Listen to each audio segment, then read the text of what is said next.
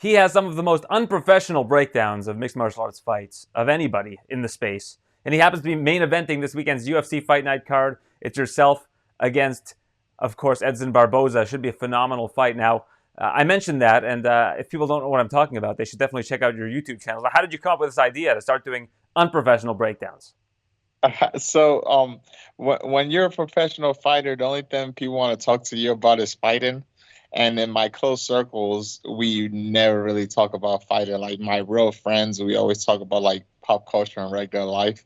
So whenever a new person like comes in or wants to like interact with me and they start talking about fighting, I've gotten used to like just trolling and making like just making up stuff that don't make sense, you know. So over time, I kind of like I've gotten so many reps of doing it that when I got injured last year, my coach was like, "Man, you gotta start getting your personality out there more." My manager said the same thing too. It's like a lot of people don't know you're a pretty funny guy. So one day just like recorded it and put it on Instagram, and it got a lot of good buzz. So I was like, let me start doing this for every card and putting it on YouTube.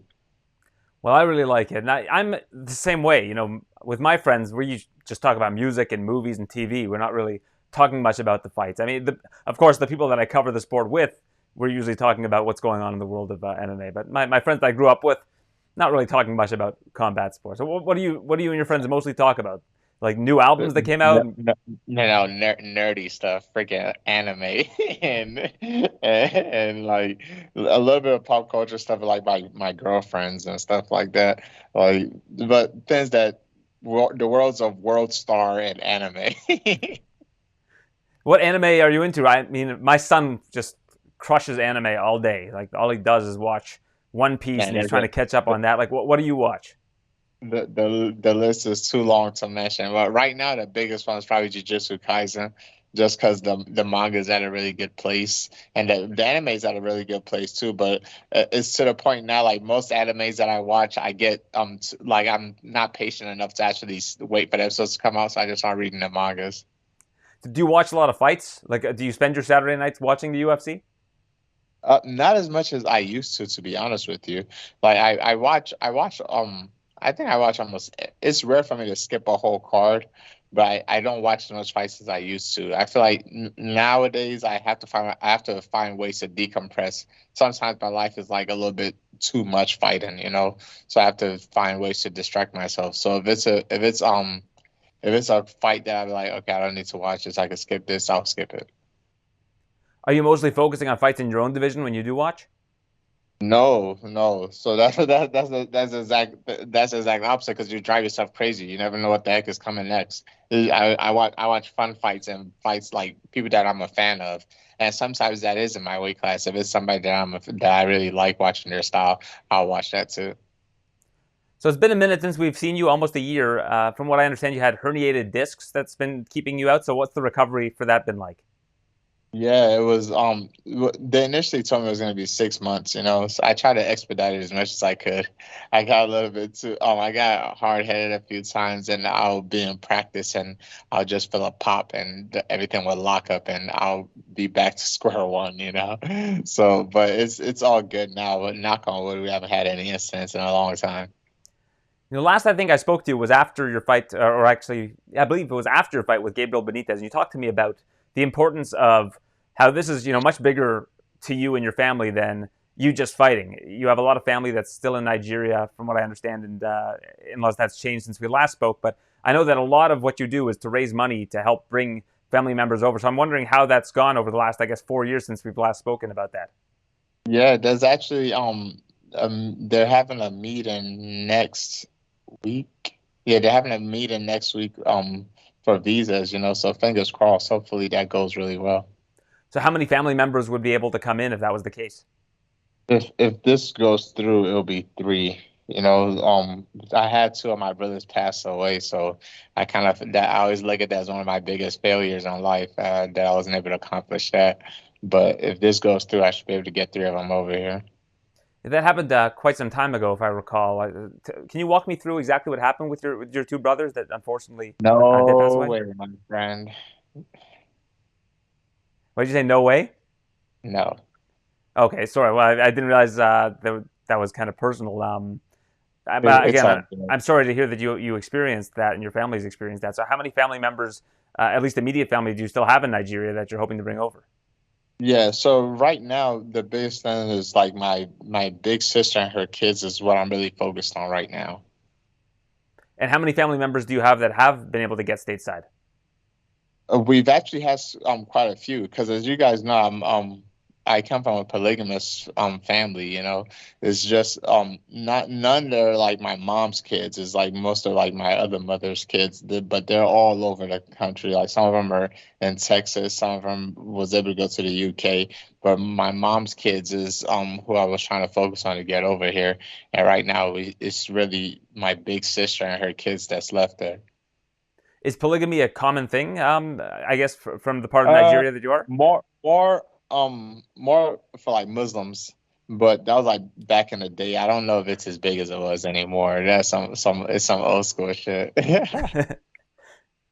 And in terms of your day to day, do you have family that are with you, like that are around you for a lot of the time?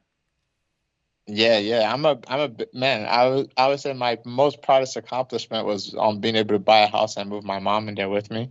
So it's always me, my mom, and my fiance's in there too. My little brother, but he's about to leave.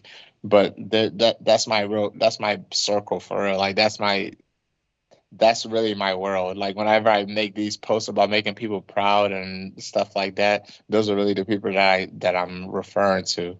They really hold me down, especially during fight time. It's one of those things where like it's so much different now that they live with me that they get to see how my day to day is like me going to practice and stuff like that. Because before, I'll go visit her in her apartment like during the weekends and stuff, and they always see me like looking tired and dragging, but they never understood like the type of work that I put in. So it's really cool. And the mother's nothing beats a mother's prayers. She's always coming knocking on the doors and with her oils and stuff like that and praying for me and stuff. So it's super cool. Well, it's great that you have that kind of connection in your life. I know that is such a big priority for you. This main event, your first main event in the UFC, Edson Barboza, that's a pretty crazy opponent to have for your first main event. Tell me about this fight and why you're looking forward to it. Yeah, man, it's like you said, Edson is one of those people that everybody kind of knows about. He's an OG in the game, and he's definitely somebody that I looked up to coming up. So have the opportunity to fight him was really dope. I thought I missed out on it because I got scheduled to fight him in Abu Dhabi during the pandemic, but I couldn't travel because I didn't have a passport at the time. So I'm happy that the opportunity actually was able to spin back around and then for a main event too. So that's extra bonus. I don't know a better way to ask this question, but have you ever been as scared to face an opponent as you are Edson Barboza? No, not really. To be honest, I think the fear is kind of the same for everybody because it's just is a fear of missed opportunity for me more than it is for the opponent. Can you expand on that a little bit? Like, what exactly Well, about it is the big but fear?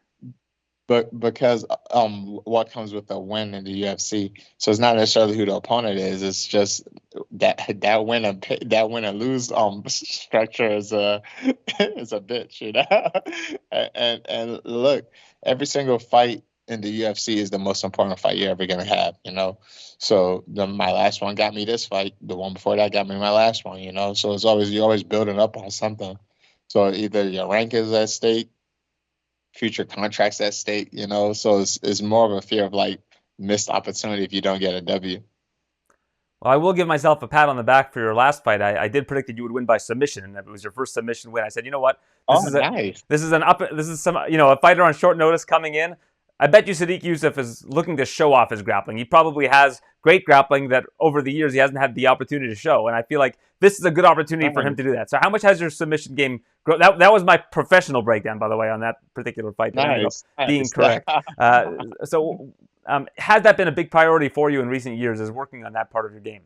Yeah, to be honest, it's always been a priority. I think I've done more jujitsu than I do anything else, like at all in the world of MMA. It's just one of those things that when I get in there, like, man, you sometimes you just naturally do what you naturally do.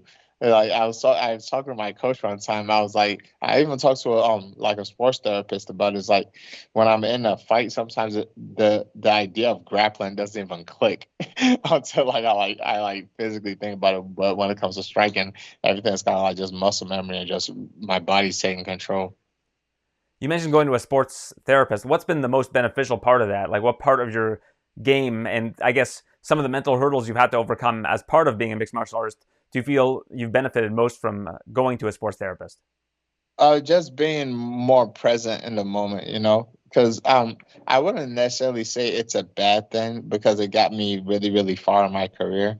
But a lot of times in my career, I found myself just fighting without thinking, which is good because of the way that I prepare. I try to do a lot of drills, so a lot of things are just muscle memory, and I'm just reacting. But there are times where you have to put yourself back in the pilot seat and take control of what's going on. What's your favorite thing about fighting? My favorite thing, the opportunities that come with it. The reward. Trust me, I'm not one. I'm very, very aware that I'm a prize fighter. So my favorite thing about fighting is the prize. And I think also last we spoke, when it was back in Anaheim, you talked about how you were driving, I guess, the first car that you ever had. That I think you had bought for like $900 or something like that. Are you still driving that same car? 450. Get it See, straight. I doubled the price. I'm sorry. Yeah, yeah, yeah. My first ever one, man. That's one of the things that's actually helped me with because my schedule sometimes these injuries keep me out of the octagon for so long, but I've always been relatively good with not overspending. So my first car was a car I got from the auction, $450. As long as it got me from point A to point B, it was all good. And the thing with cars like that is it teaches you a lot about cars because you turn into a mechanic every every day because something's constantly going wrong. And then the next one, oh, maybe I talked to you after because the second car was 950. So that might have been what we talked about. So the second one was 950 from the auction. Then the next one was like 2 grand. Then the next one after that was 5 grand. So you just keep on going up as life gets better, but you still save like relatively low. So one of the best hacks I always teach for like that up and coming fighters and the people coming up, if you're chasing a goal, limit your bills as much as possible. And one of the most crippling bills people have is a car note. So if you could find a used car, go ahead and do that. It'll save you a lot of headache. What tier are you on right now? Where are we at in terms of the car hierarchy? High in the car hierarchy, I'm probably gonna get another one, maybe like 15 or something. And I don't know. I'll see. I wanted to get a Tesla, but my fiance, like that was gonna be a big jump. But my fiance, I'm actually very proud of her for like she talked me out of it. She was like, "Man, just stay the humble guy you are. When the time comes, you could get your Tesla." Because I've always wanted a Tesla, but she was like, "Man, just keep doing what you're doing. You don't need to start wasting money now." So I'm happy she talked me out of it. Which of the cars that you had lasted you the longest? Like, do you have a favorite of the ones that you've had? Man, I would say there was a lesson in everything, that 451, like it was constantly fixing and constantly overheating, but it was my first car ever. I paid for it myself. It taught me a lot of lessons. It got me from point A to point B. And to be honest, it lasted a whole year. So that so I guess that would be my favorite one. I'm trying to remember what year that I can't remember what year it was, but I know it was a Chevy Malibu. I just can't remember what year it was. And then what was the next one? The one that you got? Was it a police auction? You said you got it for $900 or a car auction? It was just regular car auctions. So they drive the cars around in a circle, you just raise your hand. And I got lucky most of the times. And a lot of them there was good enough to pass inspection, but they just was they're on their last leg. Well, I do admire how you have been able to save your money because, like we talked about before, I mean, there's a much more important thing for you, which is making sure your family members are taken care of and are able to get to the U.S. So I think that it's been a really important thing that hopefully people find out about what you are fighting for in mixed martial arts because I think it's obviously very noble of you to be able to help out your family as much as you can. Yes, sir. Yes, sir. I appreciate your time. Thanks so much for the Sadiq. Best of luck against Edson Barboza. That's the main event of this weekend's UFC Fight Night card. Thank you. Peace.